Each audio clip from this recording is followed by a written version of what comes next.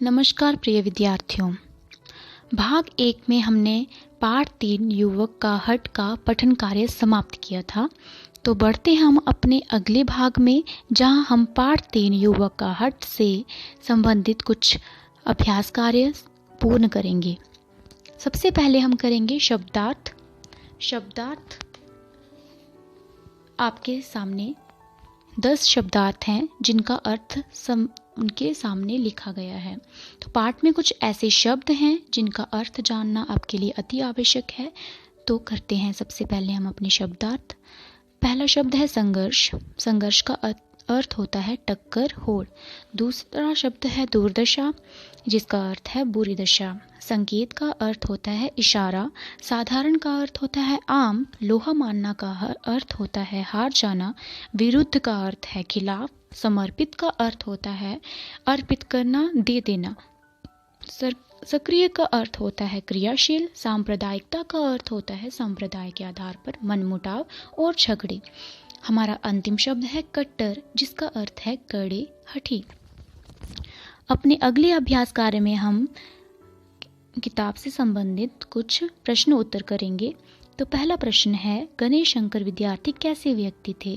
पाठ के अनुसार हमने ये जानकारी प्राप्त की कि गणेश शंकर विद्यार्थी अच्छे लेखक, मददगार, गरीबों के हमदर्द और सांप्रदायिकता के कट्टर विरोधी थे। अगला प्रश्न है, गणेश शंकर विद्यार्थी ने राष्ट्रीय आंदोलन में क्या योगदान दिया? तो उत्तर में हम पाठ के अनुसार ये लिखेंगे कि गणेश शंकर ने उत्तर प्रदेश में सत्याग्रह आंदोलन का नेतृत्व किया तथा गरीब किसानों व मजदूरों के लिए संघर्ष किया। ये थे हमारे 2 प्रश्न। आगे बढ़ते हैं हम अपने अगले अभ्यास कार्य में, जो आपकी किताब से हैं। तो पाठ से संबंधित कुछ मौखिक प्रश्न उत्तर हैं और कुछ लिखित। तो पहले करेंगे हम मौखिक प्रश्न उत्तर, जिनका उत्तर केवल मौखिक रूप में ही देना है, उन्हें लिखने की आवश्यकता नहीं है। पहला प्रश्न है, अंग्रेज भारतीयों के साथ कैसा व्यवहार करते थे? तो पहले प्रश्न का उत्तर ये हो सकता है कि अंग्रेज भारतीयों के साथ अच्छा व्यवहार नहीं करते थे। वे सदा उनको अपने से नीचा समझते थे और उनकी इज्जत नहीं करते थे। नवयुवक स्टेशन मास्टर के पास क्यों गया? तो बच्चों, नवयुवक यहाँ पे गणेश शंकर विद्यार्थी को संबोधित किया गया है। तो नवयुवक स्टेशन मास्टर के पास इसलिए गया क्योंकि वह रेलगाड़ी में और डिब्बे जोड़ देने की याचना स्टेशन मास्टर से करना चाहता था। हमारे अगले प्रश्न में पूछा गया है, स्टेशन मास्टर ने नवयुवक की बात पर ध्यान क्यों नहीं दिया? तो यहाँ हम कह सकते हैं कि स्टेशन मास्टर ने नवयुवक की बात पर ध्यान इसलिए नहीं दिया क्योंकि स्टेशन मास्टर उसे एक साधारण व्यक्ति समझता था। हमारे अगले प्रश्न में पूछा गया है, अंग्रेज गणेश शंकर विद्यार्थी के खिलाफ क्यों थे? तो पाठ के अनुसार हमें ये जानकारी मिलती है कि गणेश शंकर सदा गरीबों और मजदूरों के हक के लिए अंग्रेजों के खिलाफ लड़ते थे। इस कारण अंग्रेज गणेश शंकर विद्यार्थी के खिलाफ थे। हमारे अगले अभ्यास कार्य में कुछ लिखित प्रश्न उत्तर हैं, जिन्हें हम बहुविकल्पीय प्रश्न उत्तर भी कह सकते हैं।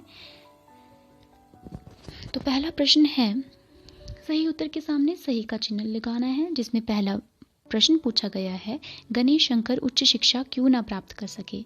तो पाठ के अनुसार हमें यहाँ पर कुछ एक विकल्प सही दिया गया है और बाकी विकल्प गलत है। तो पहला विकल्प है, पढ़ाई में उनकी रुचि न होने के कारण, गरीब परिवार में जन्म लेने के कारण, पास में कोई कॉलेज न होने के कारण। तो पाठ के अनुसार हमें सही विकल्प पता है, गरीब परिवार में जन्म लेने के कारण। अगला प्रश्न पूछा है, उनकी रुचि किस में थी? तो यहाँ पर 3 विकल्प हैं, जिसमें एक सही है, 2 गलत हैं। तो यहाँ विकल्प में पूछा है लेखन में, अध्यापन में, राजनीति में। तो पाठ के अनुसार हमें पता है कि उनकी रुचि लेखन में थी। अगला प्रश्न है, कानपुर में उन्होंने कौन सा अखबार निकाला? तो बच्चों, हमें पाठ के अनुसार पता है कि उन्होंने कौन सा अखबार निकाला। यहाँ 3 तरह के नाम दिए गए हैं, दिनमान, आनंद बाजार, प्रताप। तो दिनमान और आनंद बाजार हमने पाठ में नहीं पढ़ा, तो सही उत्तर होगा प्रताप। अगला प्रश्न है, सही शब्द चुनकर वाक्य पूरे करो। यहाँ आपको कुछ शब्द दिए गए हैं जहाँ आपको नीचे वाक्यों में इन्हें शब्दों को प्रयोग करते हुए वाक्यों को पूरा करना है। तो पहला वाक्य है, वैशाली विद्यालय के सभी कार्यक्रमों में रूप से भाग लेती है। तो कार्यक्रमों में वो क्रियाशील है, इसलिए सही उत्तर होगा सक्रिय रूप। अगला है, मिलते ही सैनिकों ने गोलीबारी शुरू कर दी। तो सैनिक हमेशा इशारे या संकेत मिलते ही गोलीबारी शुरू करेंगे। तो हमारा सही शब्द होगा संकेत। कई स्कूलों में पेयजल की नहीं है। पेयजल होता है पानी। तो स्कूलों में पेयजल की क्या होनी चाहिए? सुविधा होनी चाहिए, सहूलियत होनी चाहिए। तो सही शब्द होगा सुविधा। गांधी जी छुआछूत के विरोधी थे। तो यहाँ सही शब्द होगा कट्टर। कट्टर विरोधी थे। हमारा अंतिम वाक्य है, भारतीयों को स्वतंत्रता प्राप्त करने के लिए लंबे समय तक करना पड़ा। क्या करना पड़ा? संघर्ष करना पड़ा, कठिन परिश्रम करना पड़ा। तो सही शब्द होगा संघर्ष।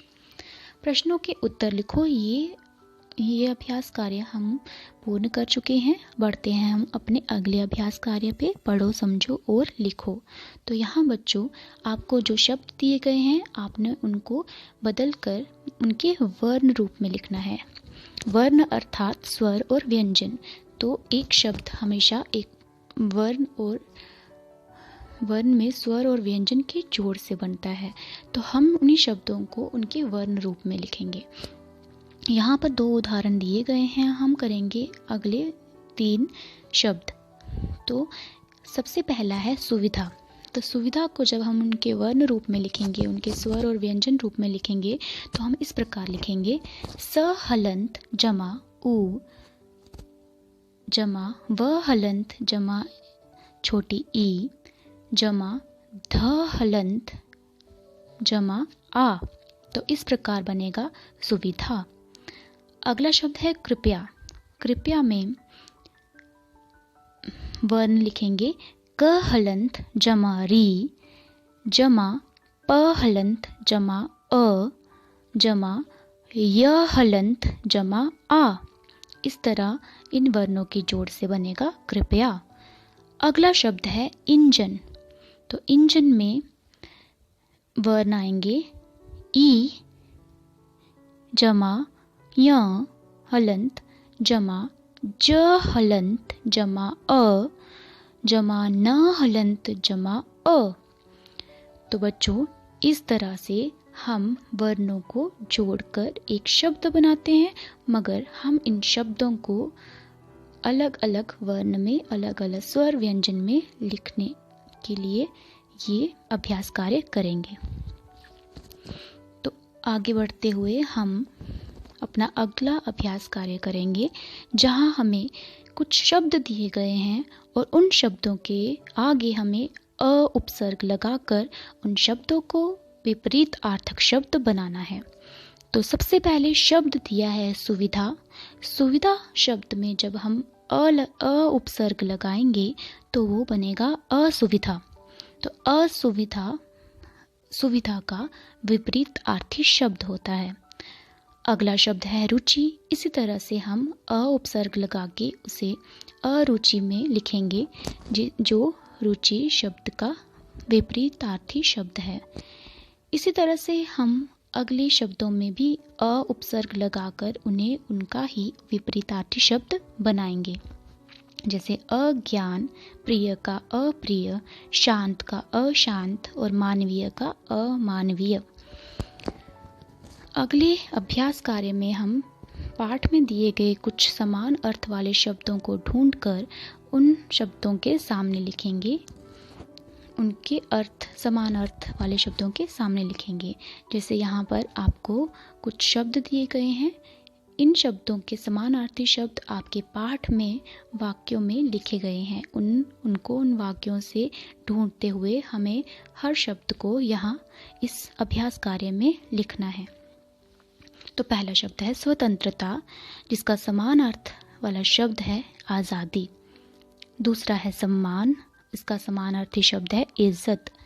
तीसरा है आम, जिसका समानार्थी शब्द है साधारण। अगला है सहूलियत, जिसका समानार्थी शब्द है सुविधा। जिद का समानार्थी शब्द है हठ। शौक का समानार्थी शब्द है रुचि। खिलाफ का समानार्थी शब्द है विरुद्ध। और अभियान का समानार्थी शब्द होगा आंदोलन। इस तरह से हमने पाठ 3 युवकाहट का अभ्यास कार्य पूर्ण कर लिया है। तो बच्चों, आशा करती हूँ आप सभी को ये अभ्यास कार्य अच्छे से समझ आ गया होगा। और अगर आपको कोई दुविधा होगी तो आप कृपया मुझसे संपर्क करें। आपका दिन शुभ हो। धन्यवाद।